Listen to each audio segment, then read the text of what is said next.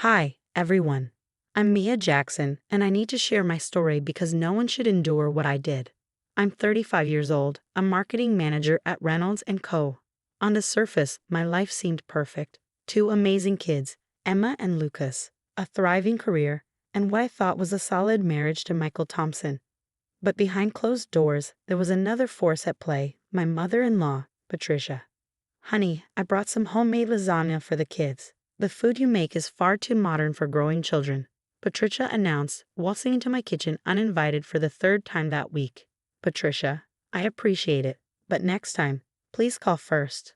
Nonsense, I'm family. I don't need an invitation to see my grandbabies. That was her mantra. Every day, Patricia would barge in, critique my cooking, question my parenting, and rearrange my life while Michael buried himself in his investment banking work. The children need a more structured environment, she declared during dinner one night. Emma's hair wasn't even properly braided today. What will the other mothers think? Mom, I'm sure Mia's doing her best, Michael mumbled, his eyes glued to his phone.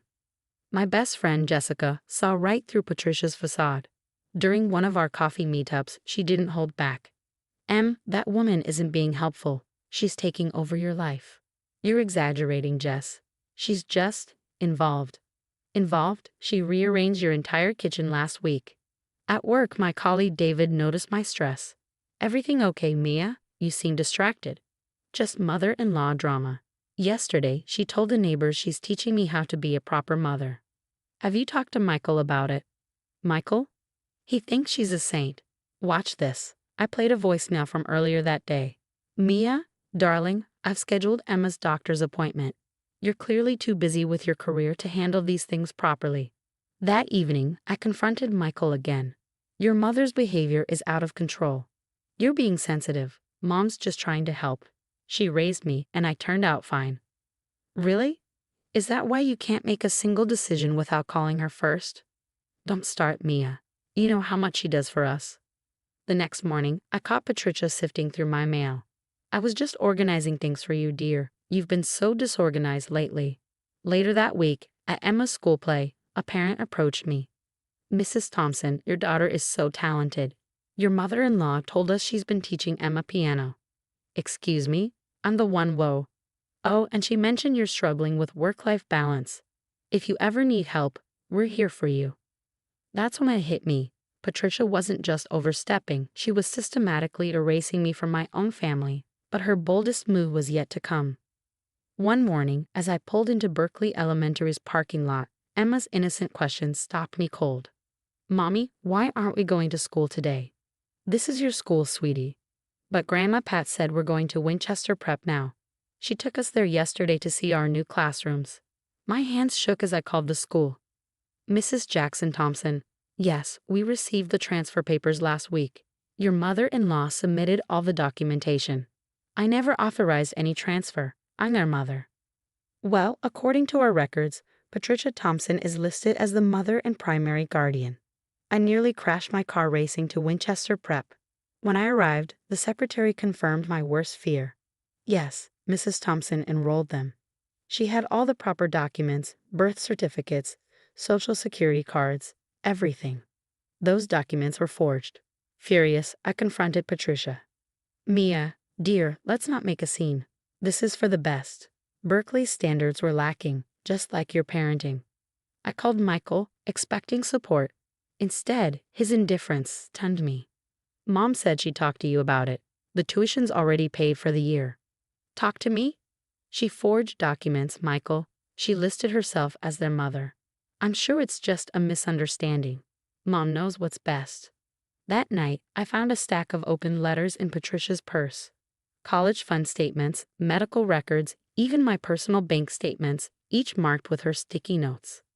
Those are family documents, she said when I confronted her. Someone needs to keep track since you're so busy with your career. Later that evening, Michael and I had the fight of our lives. Your mother forged legal documents, she's been opening my mail, and she's telling people she's their mother. She's just protective, Mia. Maybe if you were home more. Don't you dare. I work normal hours while you're never home before 9 p.m. Well, at least Mom makes sure the kids are taken care of. I stared at him, finally seeing the truth. You knew. You knew she was going to transfer them. His silence said it all.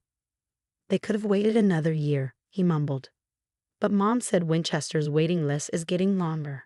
That was the moment I realized I wasn't just fighting a controlling mother-in-law. I was fighting an entire system she carefully constructed to push me out of my own family, but Patricia had no idea who she was messing with. The next morning, I called in sick and met with Karen Mitchell, a family lawyer Jessica had recommended. After hearing my story, Karen's eyes narrowed with fierce determination. This isn't just overstepping, it's identity theft and fraud. We need to document everything. I started a detailed log of every incident. My phone became my weapon, recording Patricia's surprise visits and snide comments. Really, Mia? Store-bought cookies for Lucas's class? In my day, mothers actually cared about nutrition. Click. Another recording added to my evidence file. David from work, a tech wizard, uncovered something alarming. Your mother-in-law's been trying to access your work email. Look at these IP addresses. Jessica, always digging deeper, brought another revelation during our weekly coffee meetup. Patricia tried this same thing with Michael's ex-girlfriend 6 years ago. I found her on Facebook. She's willing to testify. Dr. Reynolds, my therapist, helped me see the bigger picture. You're not crazy, Mia. This is systematic emotional abuse. One evening, my nanny Cam caught Patricia rifling through my bedroom drawers. These investment papers need to go to Michael's account. Mia's too irresponsible.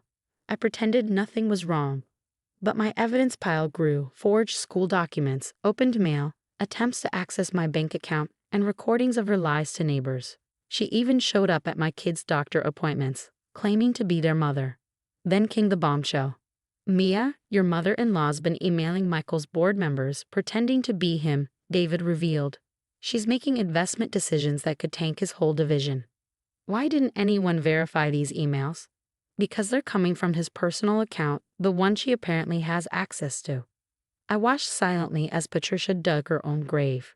She started moving bigger pieces on her chessboard, unaware that I saw every move. The children should spend weekends at my house, she announced at dinner. After all, Mia's always working. Click. I've adjusted Michael's portfolio. He doesn't understand money like I do, she told her friend over my kitchen phone. Click. Karen's voice was steady as she reviewed the mountain of evidence. Mia, we've got enough to go after her for fraud, identity theft, and financial manipulation. But I wasn't done. I needed more. Mrs. Thompson's been day trading with company funds, David discovered.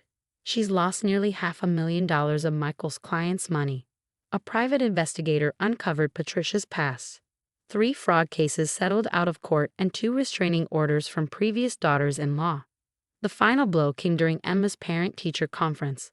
Patricia, smug as ever, slipped up. Oh, I'm their mother. Mia's just. Well, technically, she gave birth to them. But I'm raising them properly. The teacher, already briefed by me, recorded everything. That night, I stared at my wall of evidence. Recordings, documents, testimonies, financial records, 6 months of meticulous planning. Patricia thought she was destroying me, but instead, she handed me everything I needed to take her down. I hovered over Michael's contact on my phone. Tomorrow, everything would change, not just for Patricia, but for everyone who enabled her. Mommy. Emma stood in the doorway, her voice small. Are we going back to our old school soon? I pulled her into a tight hug. Yes, baby. Everything's going back to how it should be. Let Patricia play her games. I was done being the victim. Tomorrow, she'd learn exactly who she was dealing with. Without an appointment, I marched into Michael's office. His secretary barely blinked, waving me through. We need to talk. Now. I dropped a thick folder onto his desk. Mia, I'm in the middle of. Your mother lost $500,000 of your client's money. His face went pale as I laid out the evidence: unauthorized trades, forged signatures, email impersonation. That's impossible. Mom would. Oh, there's more, much more. One by one, I played the recordings, her confessions to fraud, her manipulation of his accounts, her relentless campaign to erase me. The school transfer was just the tip of the iceberg, Michael. While you? He was defending her, while she was systematically destroying his career. As his phone started buzzing with frantic calls from board members demanding explanations and clients threatening lawsuits, Michael stammered, "I can fix this." "Fix it?" I repeated coldly. "Your mother's being investigated for fraud right now. Not just here. Her past cases are being reopened." That's when Patricia burst in, as poised as ever. "Michael, darling, don't listen to her lies." I pressed play on the latest recording, her voice cutting through the tension as she boasted about manipulating stocks under Michael's name. Patricia's perfectly crafted facade cracked.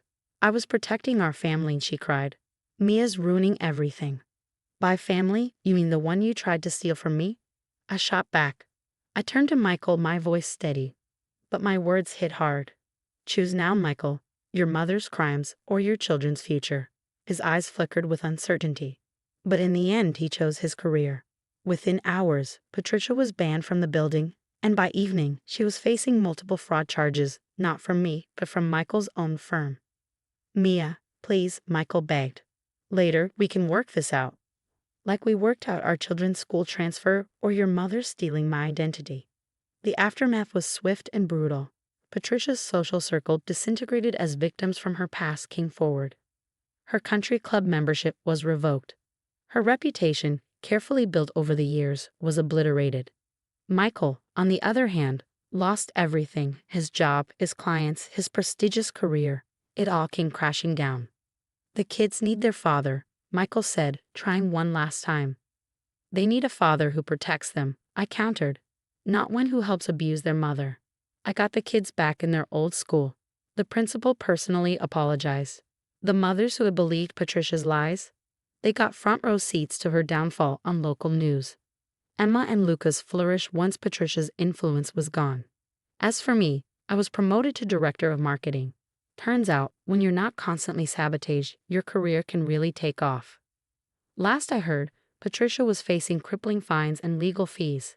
Her fancy house was sold off, and Michael had relocated to another state, his reputation in tatters. "Mom?" Emma asked one morning over breakfast. "Are you happy now?" Looking at my children's peaceful faces, my thriving career, and our drama-free life, I smiled.